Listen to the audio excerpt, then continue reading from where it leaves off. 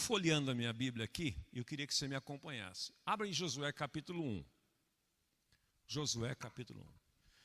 Espírito Santo de Deus, toma esta escritura nesta noite e faz aquilo que homem nenhum, ser humano nenhum pode fazer. Torna a palavra viva, porque está escrito que a exposição da tua palavra traz luz e sabedoria às pessoas mais simples. Está escrito, Senhor, que quando nós meditamos na tua palavra, vai ateando um fogo no nosso coração.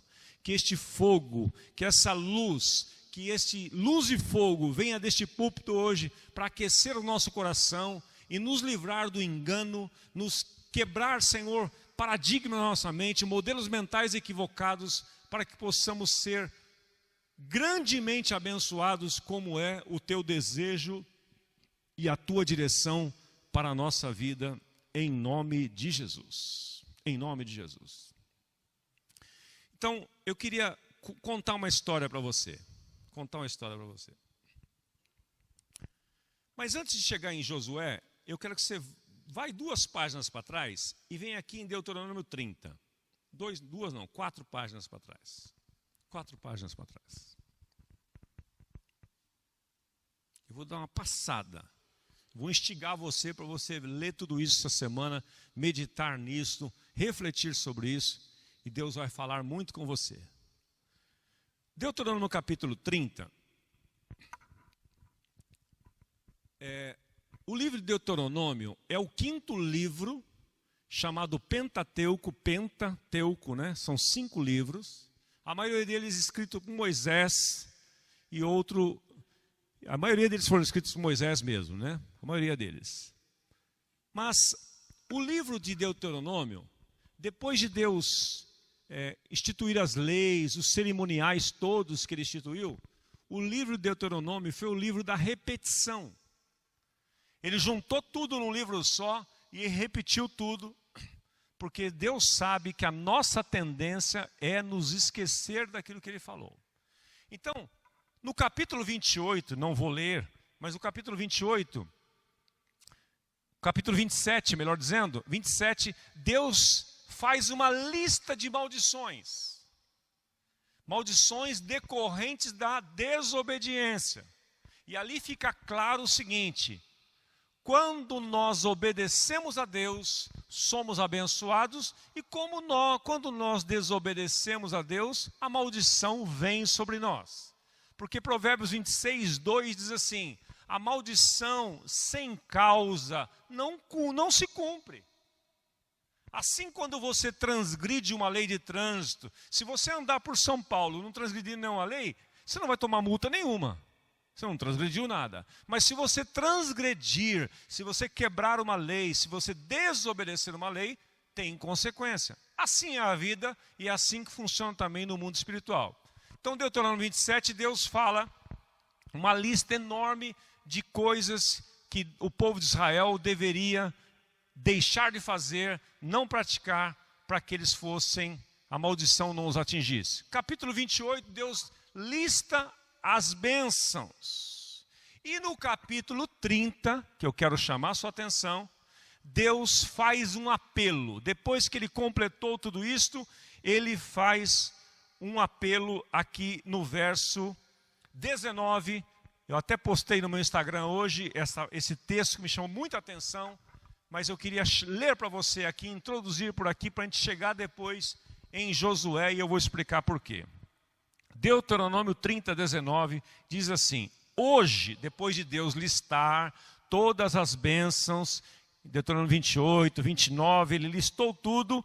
Aí no capítulo 30, então, ele faz um apelo ao seu povo. Ele roga ao seu povo da seguinte maneira: hoje invoco os céus e a terra como testemunhas contra vocês, de que coloquei diante de vocês a vida e coloquei diante de vocês a morte. Eu coloquei diante de vocês a bênção e coloquei diante de vocês a maldição. Um minutinho aqui.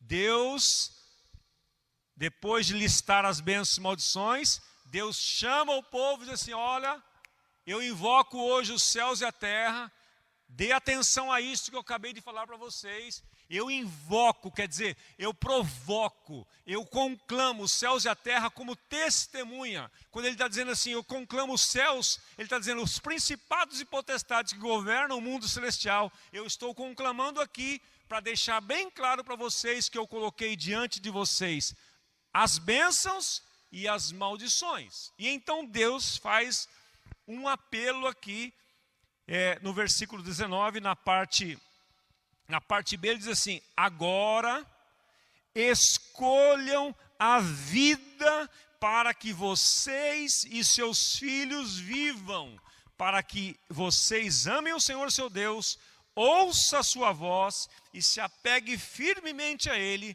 pois o Senhor é a sua vida e Ele lhes dará muitos anos na terra que jurou dar aos seus antepassados, Abraão, Isaque e Jacó. Deus, depois de falar das mesmas maldições, ele vem no verso e diz assim, olha, presta atenção, estou invocando os céus aqui diante de mim como testemunhas, por favor, ele só falta fazer assim, por favor, escolham a vida, não escolham a morte. Escolha a vida, escolha a obediência, não escolha a maldição. Eu não quero que vocês sejam amaldiçoados, eu quero que vocês sejam abençoados. Por favor, Deus está dizendo, sabe quando você chama o seu filho e fala, por favor, meu filho, por favor. Quantos pais tem aqui hoje? Já fizeram isso? Você só falta ajoelhar. Por favor. Você vai sair, por favor. Você vai naquela festa de 15 anos, filho, por favor.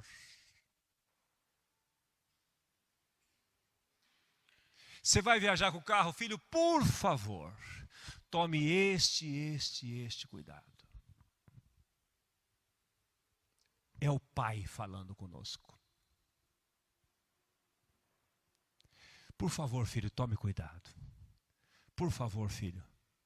Os olhos do Senhor estão por todos os lugares. Eu vou dar uma dica para os pais aqui. Abre parênteses.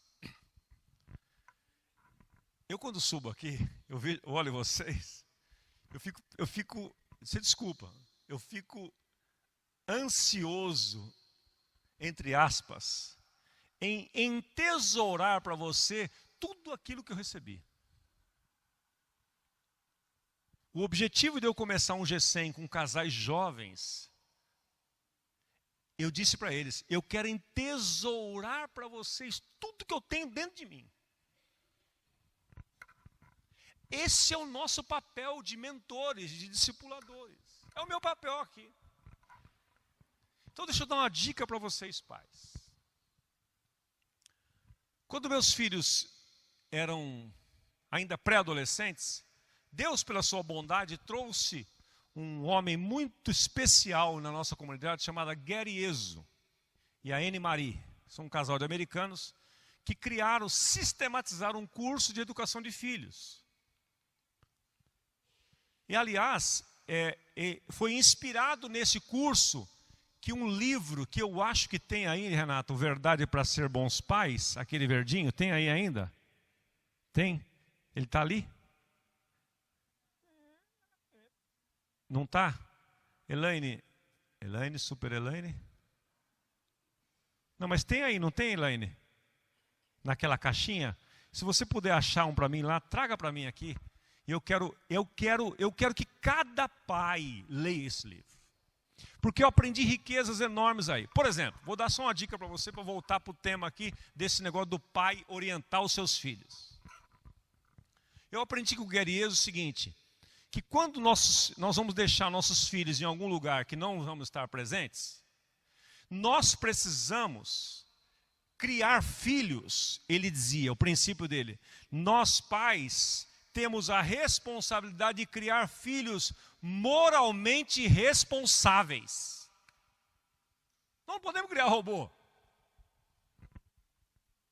Porque se o seu filho obedece você só na sua presença, ele não é moralmente responsável. Então cabe aos pais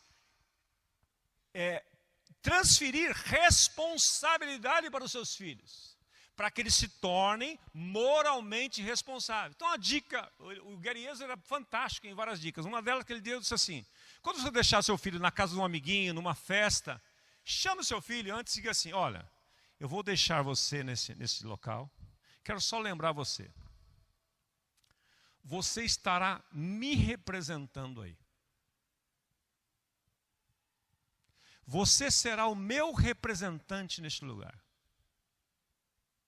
Qualquer coisa que você fizer boa, as pessoas falam assim: os marianistas estão de parabéns. Qualquer coisa que você fizer de errado, as pessoas falam assim: que vergonha. Porque o filho, a criança entregue a si mesmo, diz Provérbios, envergonha a sua mãe.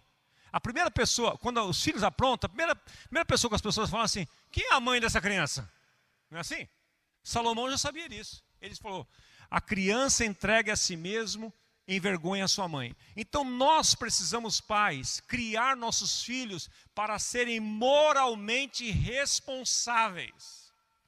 E quando eles não agirem com responsabilidade, eles precisam ser corrigidos. Senão você vai criar um monstro dentro da sua casa. Eles precisam ser corrigidos. E essa correção tem várias formas de fazer. Oportunamente falaremos sobre elas. Mas se você tem um filho adolescente, já vou dar a dica para você já. Arranca o privilégio dele. Tira o privilégio dele. Diga para ele assim, sem estresse nenhum, fala assim: então, você me representou mal. Como você me representou mal, você vai perder o privilégio, porque a vida é assim. A vida é assim. Estou falando de bênção e maldição. Então você pensa em algo que ele gosta muito, que vai sentir. Você vai ficar tantos dias sem celular, ou tantos dias sem isso, ou tantos dias sem aquilo. Você vai tirar privilégio dele, para que ele se lembre que ele... Eu dizia para meus filhos assim: você não me deixou outra escolha. A responsabilidade foi sua. Nós combinamos antes, certo? Certo. Você não me deu outra escolha. Então, portanto, você perdeu o privilégio. Teve épocas que eu tirei o privilégio dele que não tinha data para voltar. Tem época que eu datei, tem outros que não. Porque se não sentir a disciplina, não vale. Não tem efeito. Não tem efeito, você não vai construir um ser humano moralmente responsável. Mas, voltando ao texto aqui, e linkando o papel de Deus com o pai. Você, pai, quer que os seus filhos sejam amaldiçoados? Não. Não quer que seus filhos sejam amaldiçoados. Nenhum pai. Até um pai que não tem Cristo, não tem amor, é alcoólatra, mesmo assim, ele quer ver os filhos dele abençoados. E para você ser abençoado, você precisa caminhar no caminho da obediência. Por isso que Deus faz o alerta aqui: olha, eu ponho diante de vocês a bênção e a maldição. E ele faz assim com a mãozinha: escolha, pois, a vida, escolha a bênção, para que vocês vivam. Andem em obediência. Nós precisamos agir assim. Deus fala isto porque Ele está, neste momento da história, e agora eu vou dar uma corrida pela história, Ele está preparando o seu povo para algo grandioso que Ele ia fazer, que era a saída deles da escravidão do Egito para ir para Canaã. Deus havia prometido tirá-los do Egito, de uma terra de escravidão e servidão, e levá-los para um outro lugar. E ele dizia assim, para criar uma expectativa neles, ele falou assim: eu vou levar vocês para uma terra que mana leite e mel. Uma terra maravilhosa. E Deus ia descrevendo essa terra. Por várias vezes ele fez isso no livro de Deuteronômio. Agora, Josué morre e levanta-se o sucessor Moisés morre e levanta-se o seu sucessor chamado Josué. Vai lá, capítulo 1 de Josué, agora vamos dar uma passeada pela Bíblia aqui. E eu vou contar essa história para você mais pontualmente agora. No capítulo 1, Deus vem e fala com Josué assim: Josué, meu servo Moisés morreu. Eu estou sabendo o que está acontecendo. Eu não perdi a mão da história, não. Eu não perdi o controle. Levanta-te, Josué, passa esse Jordão. Passa com esse Jordão, porque eu serei contigo, não te deixarei nem te desampararei. Ser forte e corajoso. Deus anima Josué. Capítulo 1. Capítulo 2 é o momento em que o povo de Israel, saindo do Egito, presta atenção na história, eles estão saindo do Egito, eles vão entrar em Canaã. Eles vão entrar em Canaã. Só que nessa saída do Egito para entrar em Canaã, tem um rio no meio do caminho, chamado Rio Jordão. Eles tinham que ultrapassar esse rio.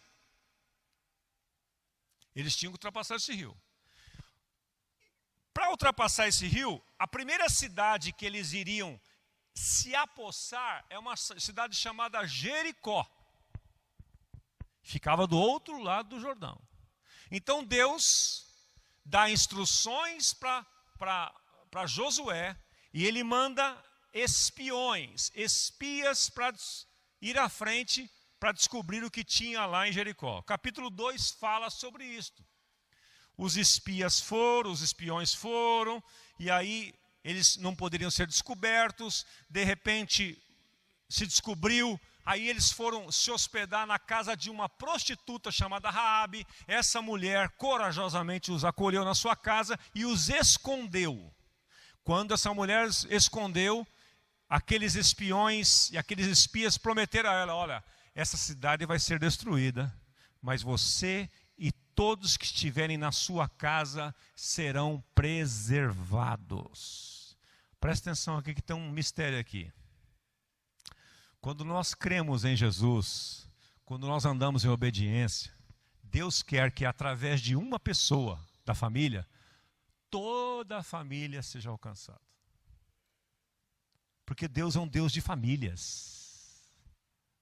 Por isso que lá em Atos capítulo 16, 31 está escrito: crê no Senhor Jesus Cristo e serás salvo tu e toda a sua casa. Então eles prometeram isso para Raabe no capítulo 2. E já falei do capítulo 2. Aí chegou o capítulo 3, a travessia do Jordão. Eles chegam diante do Jordão, Deus dá instruções para eles: olha, a Arca da Aliança vai à frente, saiam das suas posições, sigam. Josué, no versículo 5 aqui, dá uma ordem que Deus recebeu de Deus: santifique-se hoje, pois amanhã o Senhor fará maravilhas no meio de vocês. E aí eles saíram para atravessar o Jordão. E a ordem foi: olha, quando vocês, primeiro os levitas vão com a arca simboliza a presença de Deus, vão à frente.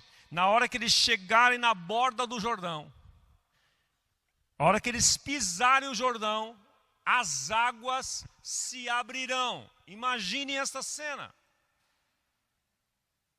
Era um milagre e a confirmação de Deus, porque Deus no contexto falou para Josué o seguinte: olha, Josué, a partir de hoje eu vou te engrandecer diante de todo esse povo. Todo mundo vai saber que a unção que estava sobre Moisés agora está sobre você. Isto foi um sinal, isto foi um memorial. Então veja aqui que tremendo isso. Eu não posso passar isso sem ler para você. Eu não posso passar correndo aqui. Então veja aqui no capítulo 3, no versículo 11. Vejam, a arca da aliança do soberano de toda a terra atravessará o Jordão à frente de vocês. Agora, pois, escolham 12 israelitas, um de cada tribo. Quando os sacerdotes que carregam a arca do soberano de toda a terra, quando eles puserem os pés no Jordão, a correnteza será represada e as águas formarão uma muralha. Isso aconteceu lá atrás, no passado, e Josué participou disso quando foi a travessia do Mar Vermelho. Deus vem e repete agora o mesmo milagre, em outra proporção, em outro momento da história, mas ele opera o mesmo milagre. Aí versículo 14, quando, pois, o povo desmontou o acampamento, ao atravessar o Jordão, os sacerdotes carregavam a arca, foram adiante. O Jordão transbordava em ambas as margens na época da colheita. Quer dizer, não era um momento de sequidão. Ah, não, foi um milagrezinho assim porque estava meio seco já. Não, Deus não faz coisa assim. Ele espera o momento mais difícil para intervir. Se o teu momento não está no mais difícil, ele está esperando ficar mais difícil um pouco. Deus espera o momento que, para ninguém dizer assim, não, pera um pouquinho, foi montagem isso aqui. Não tem jeito. Quando Deus faz, nós ficamos admirados. Nós temos que olhar para trás e dizer, só o Senhor fez para fazer um negócio desse mesmo. Foi isso que aconteceu. O momento da colheita, as correntezas descia, parou de correr, formou uma muralha grande, a grande distância perto da cidade de Adã. E assim o povo atravessou o rio em frente de Jericó. Os sacerdotes carregavam a água da aliança, ficaram parados em terra seca no meio do Jordão, enquanto todo o povo passava, até que toda a nação atravessou pisando em terra seca. Quanto tempo demorou isso, gente? Não sei, a Bíblia não fala, mas foi um tempão. Era a gente, não acabava mais. E a água em seco lá, e um paredão de água aqui, represado pelas mãos invisíveis do nosso Deus. Você adora um Deus assim. Você não saiu da sua casa nesta noite fria para vir aqui numa missa, num culto solene, um negócio assim, formal, não. Você veio aqui para um encontro com o Deus vivo. Este é o nosso Deus. Ele para o mar, Ele abre o mar, Ele abre os rios, Ele para o sol. Ele é o nosso todo-poderoso Deus. Eu queria que você o aplaudisse, porque Ele está aqui.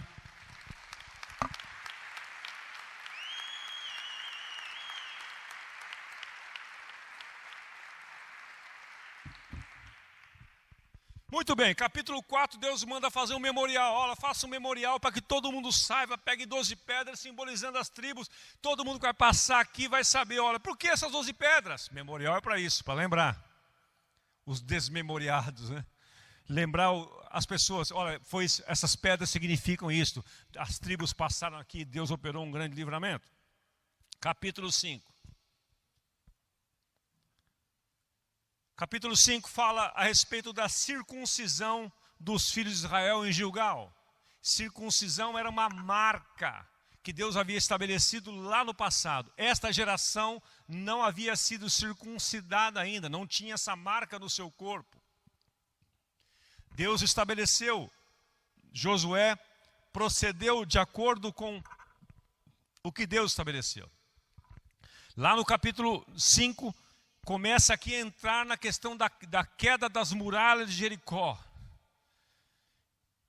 Das muralhas de Jericó.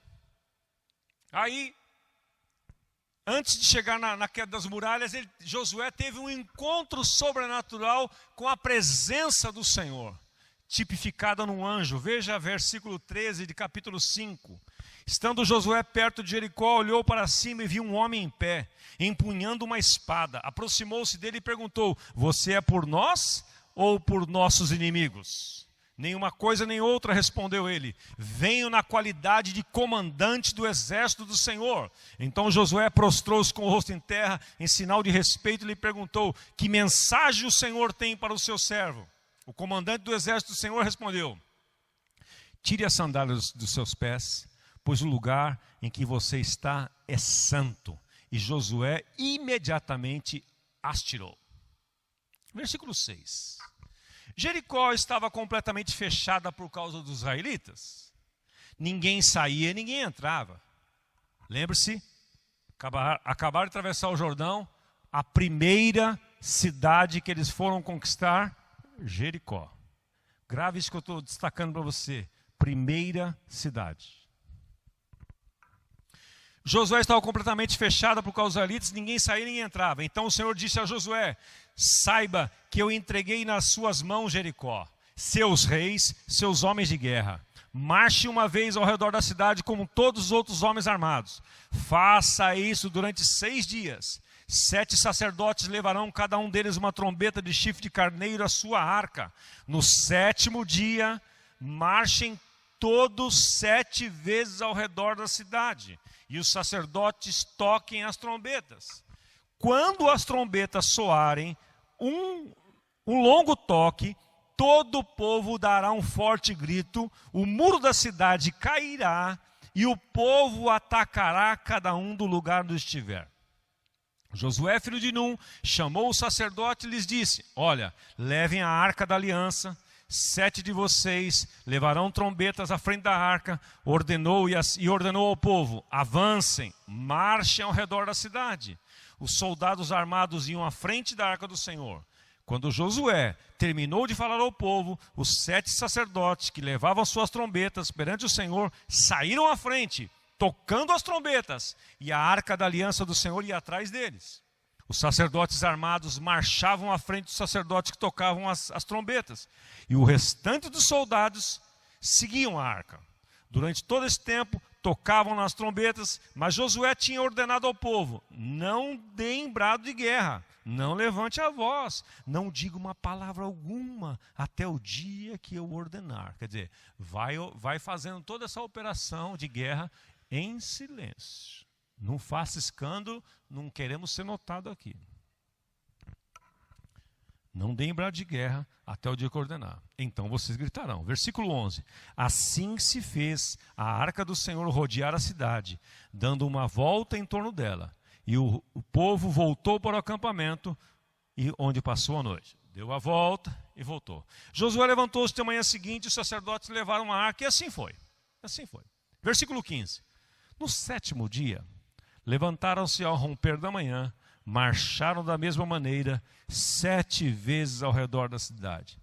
Foi apenas neste dia que rodearam a cidade 7 vezes. Deixa eu dar uma paradinha aqui.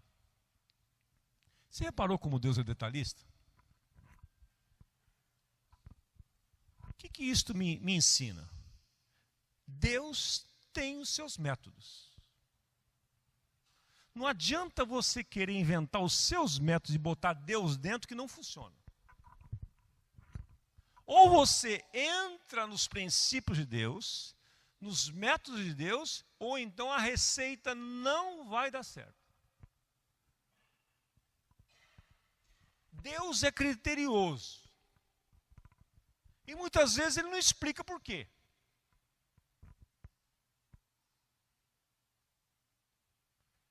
E um dos grandes problemas que eu ouvi uma frase essa semana, que eu aprendi, foi o seguinte: muitas vezes, nós, racionais, e um povo ocidental, nós queremos primeiro entender para obedecer.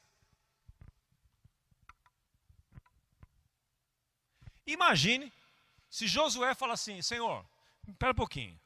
O senhor está me falando, deixa eu ver se eu entendi. Os sacerdotes vão chegar no Jordão, vão colocar o pé e o Jordão vai parar. Dá para o senhor me explicar isso? O senhor sabe que a água é líquida? Líquida, ela não dá. Quem que vai construir essa parede para ela parar? Essa barragem vai ser feita por quem? Dá para o senhor me explicar? Aí Deus podia explicar: não entendi. Dá para o senhor fazer um desenho para mim? Aí o desenho é planta baixa, ele também não entende. Dá para o senhor fazer em 3D para mim? Animado para eu entender isso aí?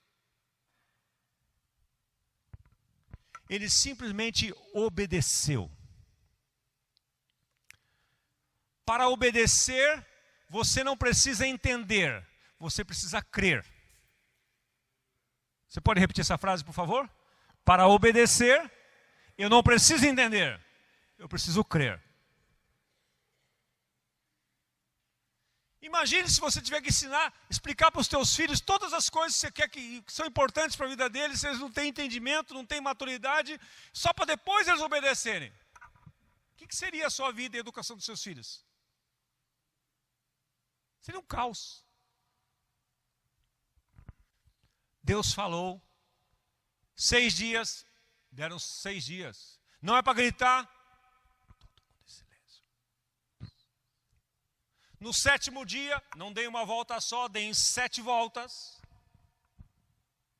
E então no 7º dia, vocês, ao som da trombeta, vocês vão levantar um brado de júbilo e eu vou derrubar as muralhas. Porque é Deus quem faz, não é você. Vamos lá, vamos ler aqui, ó. Versículo 15, no 7º dia levantaram ao romper da manhã, marcharam na mesma... É ao romper da manhã que acontece, hein? Cutuca o homem que está do seu lado e fala para ela, é no romper da manhã, hein? Ó, está escrito na Bíblia aqui, é no romper da manhã. Quinho, é no romper da manhã, mano. Romper da manhã. Ô Marcelo, no romper da manhã. Washington. Tarek. Wilson, não posso nem falar, é o primeiro que chega aqui. Celso Henrique, é no romper da manhã o negócio. Orlando, é aqui que acontece, o mistério está aqui. E marcharam da mesma maneira 7 vezes ao redor da cidade. Foi apenas nesse dia que rodearam a cidade 7 vezes. Versículo 16. Na 7ª vez, quando os sacerdotes deram o toque de trombeta, Josué ordenou ao povo, gritem, o Senhor lhes entregou a cidade. Diga aleluia. Agora eu cheguei na mensagem. Ei, Saulo, ainda bem que o Saulo fez uma... Poxa, graças a Deus. Ele falou, agora eu cheguei na mensagem. Isso aqui foi a introdução, a mensagem vai ser rápida. Versículo 17. Tema de hoje à noite. Você pode pôr o slide do tema aí para eles saberem do que eu estou falando, ou, Tiago? O tema de hoje à noite é este aqui. Abençoado ou amaldiçoado? O que é que você quer ser? O que é que você quer ser? Abençoado. Fale para a pessoa do seu lado aí. Descreva uma pessoa abençoada. Descreva para ela. Fala para ela. Olha, eu acho que uma pessoa abençoada é uma pessoa assim, assim. Descreva para ela. Vou começar o quebra-gelo do G100 agora. Descreva uma pessoa abençoada.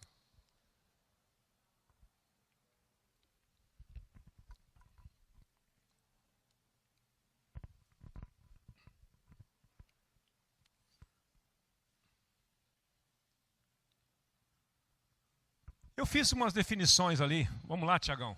Vamos lá. Dá uma caminhada comigo aí.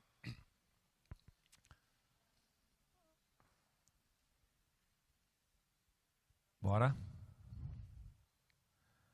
Já fizemos isso. Olha aqui. Olha que definição legal que eu encontrei. Uma pessoa abençoada, ou ser abençoado, vamos ler juntos ali?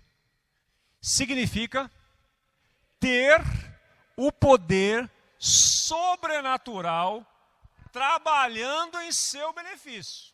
Essa é uma pessoa abençoada.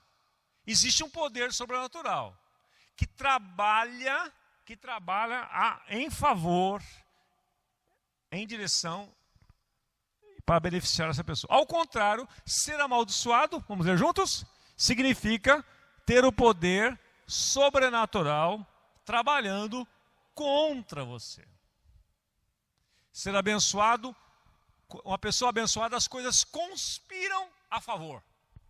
Uma pessoa amaldiçoada, as coisas, o poder sobrenatural que rege este mundo, que está presente neste mundo, porque você sabe que existem forças espirituais atuando para o bem e para o mal neste mundo, na pessoa abençoada, conspira a favor.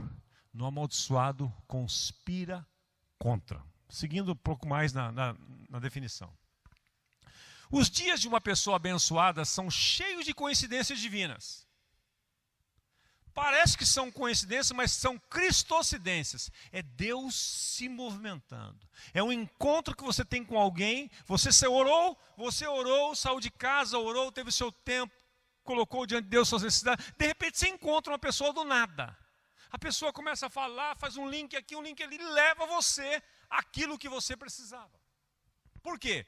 É assim uma pessoa abençoada, cheia de coincidências divinas e de significados celestiais. Um homem abençoado pode ou não ser rico segundo os padrões do mundo, mas ele desfruta de uma qualidade de vida que a maioria dos bilionários inveja. Não é assim? Não tem gente que você, né, Janete, que você... O cara é simples, mora numa casa simples, nem carro tem, mas ele é abençoado. Você olha para a família dele e dá gosto. Você olha para os filhos daquele casal tão simples. Você vai na casa dele, é móveis da Casa Bahia, mas está tudo limpinho, cheiroso. Um ambiente de paz. Você fala, meu Deus, eu moro numa cobertura e minha vida é um inferno? Por quê? Porque ser abençoado não significa necessariamente ter dinheiro ou não. Tem gente que tem dinheiro e não tem a bênção de Deus. Porque Provérbios 10, 22, acho que está no próximo slide aí. Não, no outro. Olha lá.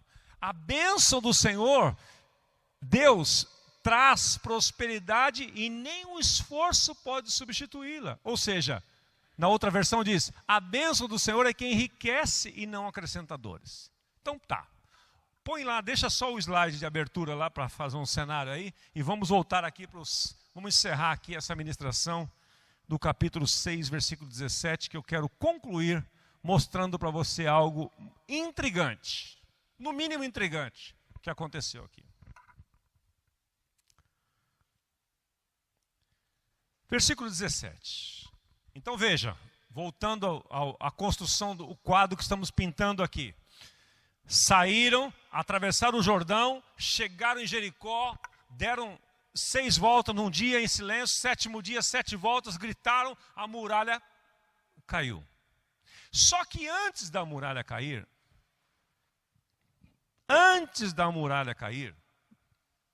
Deus para todo mundo e diz assim, presta atenção. Deixa eu dar um alerta para vocês aqui. Sabe aquele momento que o pai fala assim, filhos, olhe nos meus olhos. Preste muita atenção nisso que eu vou dizer para vocês. A cidade, com tudo o que nela existe, será consagrada ao Senhor. Deus chama o seu povo, dá instruções para ele e fala assim, presta atenção aqui.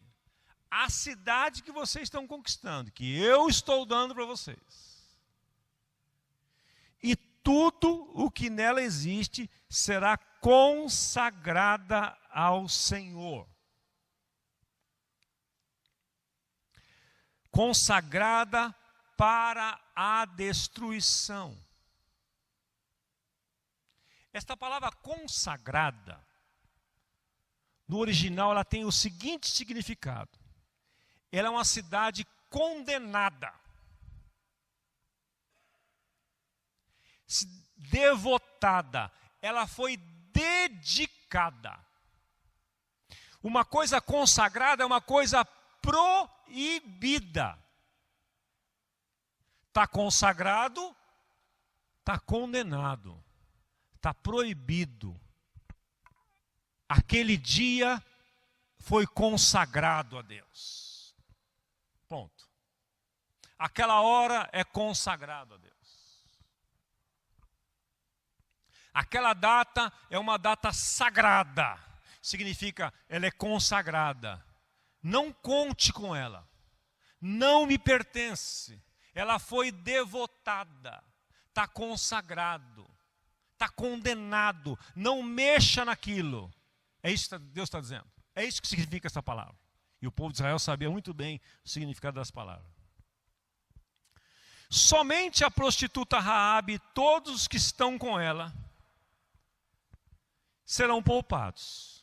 Olha aí que eu falei aquela hora da aliança de Deus lá. Somente Raabe e todos que estão com ela em sua casa serão poupados. Pois ela escondeu os espiões que enviamos. Aí Deus volta de novo no assunto, porque Deus, quando tem um negócio sério, ele reforça. Que nem pai, fala mais de uma vez, já sei, os filhos falam, já sei. Será que sabe mesmo? Então Deus volta lá e diz assim, mas fiquem longe das coisas consagradas, não se aposte de nenhuma delas, para que não sejam destruídos. Irmãos, está claro o que Deus falou aqui ou não? Ele falou em enigma?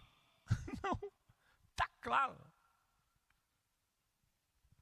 Do contrário, ele volta e reforça. Do contrário, trarão destruição e desgraça ao acampamento de Israel.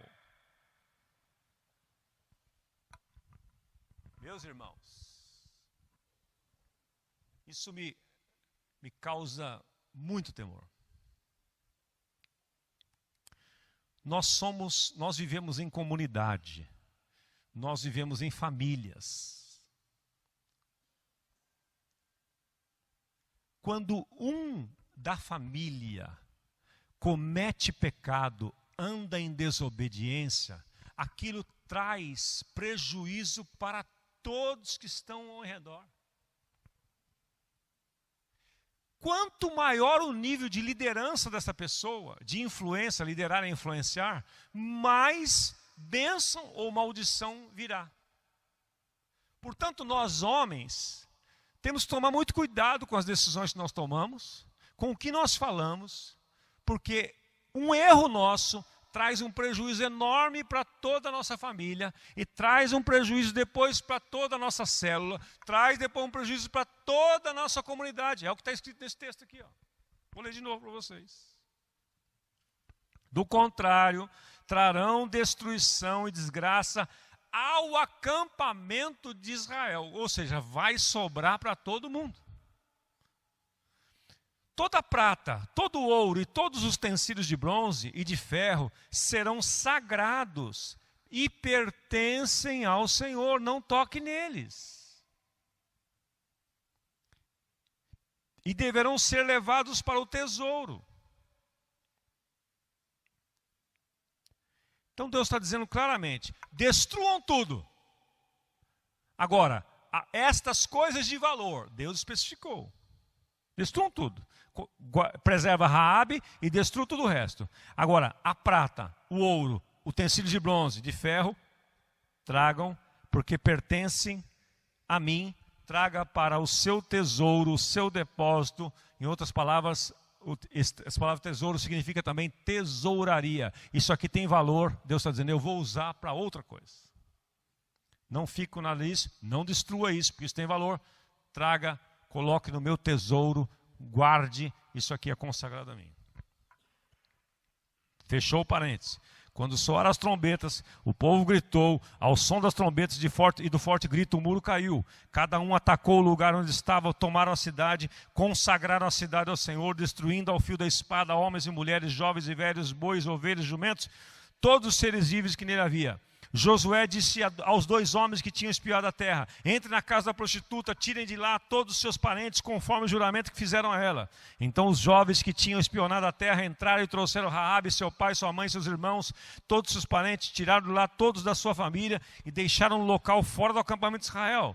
Depois incendiaram a cidade inteira, tudo o que nela havia, mas entregaram a prata e o ouro, os utensílios de bronze e de ferro, ao tesouro do santuário do Senhor. E Josué poupou a prostituta Raabe e sua família e todos os seus pertences, pois ela escondeu os homens que Josué tinha enviado a Jericó como espiões. Raabe vive entre os israelitas até hoje. Versículo 26. Naquela ocasião, Josué pronunciou este juramento solene, dizendo, maldito seja diante do Senhor o homem que reconstruir a cidade de Jericó. Finalizando aqui agora.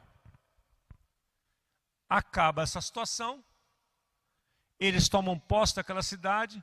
De repente, aparecem uns inimigos. Eles têm que guerrear contra os inimigos. Vai um pessoal experiente em guerra e diz assim, Josué, os inimigos são pequenos, vamos mandar só um pouquinho de gente lá. Ali, cuida fácil, isso é jogo fácil. Josué separa uma meia dúzia e manda lá. Daqui a pouco esse povo volta correndo, amedrontado, e 36 deles são mortos. Josué para, rasga suas vestes, o líder fica sabendo, fica desesperado com aquilo e fala, alguma coisa está errada. Deus não está mais conosco? Em que eu errei aqui? Aí então, ele vai para Deus. Versículo 6, capítulo 7. Então Josué, com as autoridades de Israel, rasgou as vestes, prostrou com o rosto de terra diante da água do Senhor, cobrindo toda a cabeça, cobrindo de terra a cabeça, e ali permaneceu até a tarde, dia inteiro ficou ali, indignado. Disse então Josué: soberano Senhor, por que fizeste este povo atravessar o Jordão?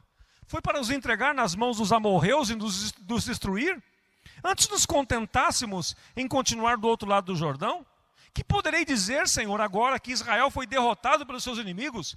Os cananeus, os habitantes dessa terra, saberão disso. Nos cercarão, nos eliminarão o nosso nome da terra. Que farás então, Senhor, ao teu grande nome? Chegou com ousadia diante de Deus. Senhor, está acontecendo. O Senhor falhou conosco, em outras palavras. Aí Deus respondeu para ele, versículo 10. Disse o Senhor a Josué: levante-se. Por que está aí prostrado? Israel pecou. Violou a aliança que eu lhe ordenei.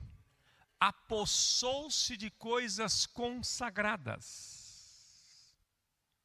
Roubou-as e escondeu-as e as colocou junto dos seus bens. Por isso os israelitas não conseguiram resistir aos inimigos. Fogem deles porque se tornaram merecedores da sua destruição. Não estarei mais com vocês se não destruírem do meio de vocês o que foi consagrado à destruição.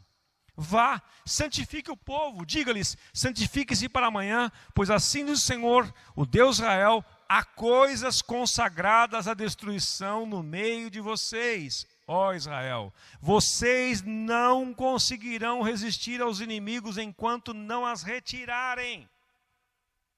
Apresente-se de manhã uma tribo de cada vez. A tribo que o Senhor escolher virá à frente, um clã de cada vez. O clã que o Senhor escolher virá à frente, uma família de cada vez. E a família que o Senhor escolher virá à frente, um homem de cada vez. Homem, ó os homens representando família aí. Aquele que for pego com coisas consagradas será queimado no fogo, com tudo o que lhe pertence. Violou a aliança do Senhor e cometeu loucura em Israel. Na manhã seguinte, Josué mandou os israelitas virem à frente com suas tribos. A de Judá foi escolhida. Os clãs de Judá vieram à frente e ele escolheu os zeraitas, fez o clã dos zeraitas vir à frente, família por família. O escolhido foi Zinri. Josué fez a família de Zinri vir à frente, homem por homem. Acã, filho de Carme, filho de Zinri, filho de Zerá, da tribo de Judá, foi escolhido. Então Josué disse a Acã: meu filho, para a glória do Senhor, o Deus de Israel, diga a verdade.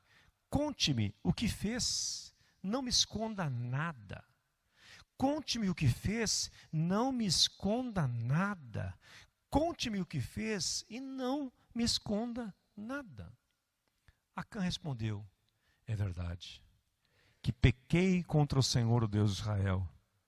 O que fiz foi o seguinte: quando vi os despojos, entre os despojos, uma bela capa, feita na Babilônia, 2,4 kg de prata e uma barra de ouro de 600 gramas, eu os cobicei e me apossei deles. Estão escondidos no chão da minha tenda, com a prata por baixo. Josué enviou homens que ocorreram à tenda de Acã. Lá estavam escondidas as coisas, como prata por baixo. Retiraram-na das tendas, levaram a Josué e a todos os israelitas e os puseram perante o Senhor.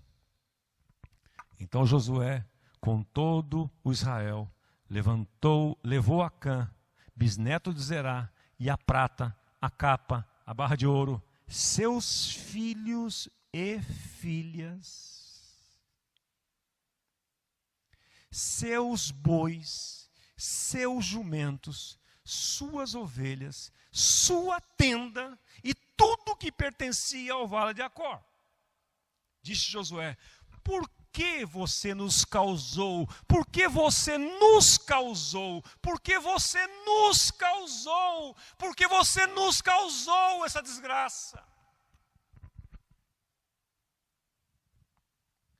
Porque, meu irmão, quando eu peco, o meu pecado vai atingir cada um de vocês.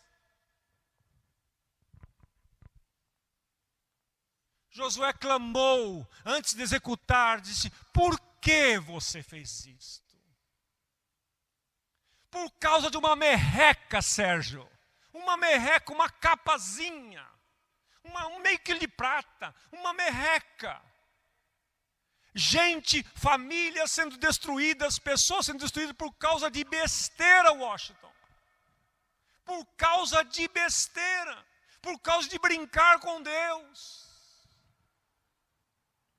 Filhos deixando seus pais doentes, em depressão, porque vivem em rebelião para com Deus. Pais que não têm impulso para dizer para o filho: não vai. Ah, ele vai se matar. Não vai se matar, não. Não vai. Não vai sair. Não vai. Não vai andar com esse. Não vai ter mais isso. Não vai ter. E aí esse mundo está esse caos. E as famílias estão esse caos. E hoje ninguém tem respeito. Os professores na escola não podem dizer não para a criança, senão a criança agride o professor, mata. Onde nós vamos parar desse jeito? Onde nós vamos parar desse jeito? Que sociedade é essa que nós estamos construindo? Que igreja é essa? Que evangelho é esse? Que é isso? O seu pecado atinge a todos. O meu pecado atinge você, o seu pecado atinge a mim. E nós precisamos tomar uma decisão nesta noite. O que é que nós vamos fazer com a nossa vida? Vamos andar em obediência? Ou vamos tocar em coisas consagradas a Deus? O que é que nós queremos ser? Amaldiçoados ou abençoados? Ele colocou tudo, ele expôs tudo, ele expôs a família, ele expôs todo mundo. Por causa de uma besteira.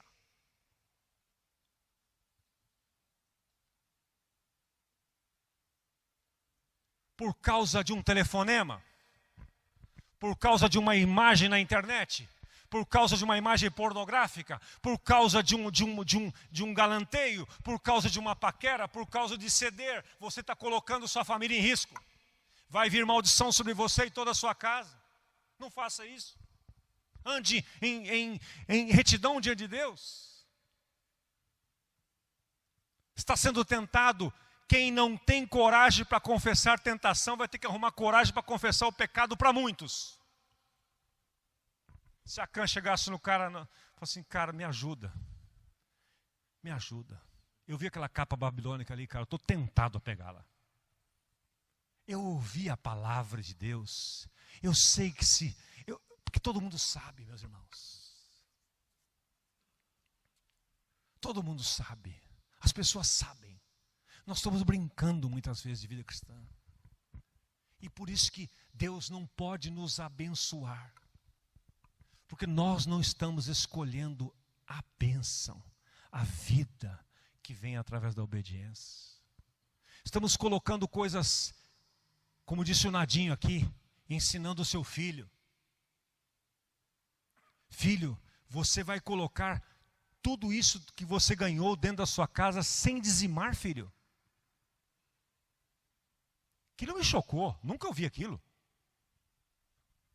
Eu quero que você saiba, falei no meu G100 por conta do testemunho que o Orlando deu lá.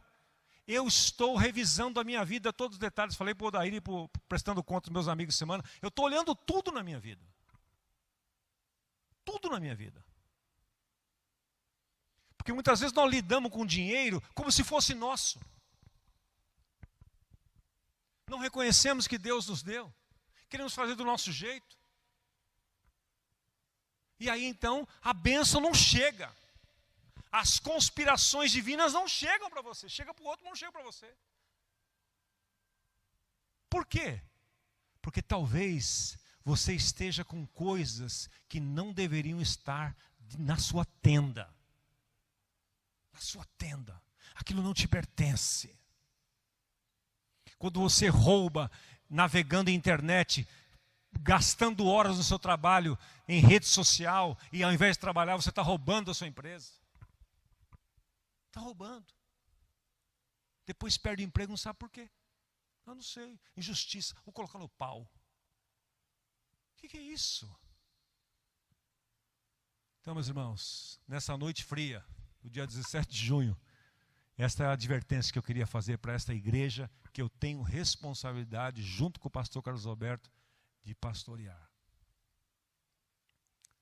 Na minha vida, vocês nunca vão ver. Vocês podem ver discursos duros aqui.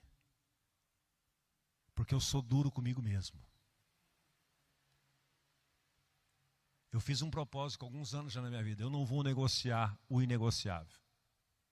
Não vou. A palavra de Deus é negociável, os princípios de Deus são inegociáveis. E esta igreja não vai negociar. Por isso que eu fiz questão de ler a Bíblia para você hoje. Talvez até cansou alguns. Mas você não pode sair daqui hoje e dizer assim, o culto foi enrolação, não teve palavra de Deus. Eu queria desafiar você a ser um Josué, alguém que obedece. É para dar 6 voltas? Não dá 6 voltas. É para dar em silêncio? Vamos dar em silêncio. É para gritar só na 7ª? Só na 7ª. Para obedecer, não precisa entender. Precisa confiar.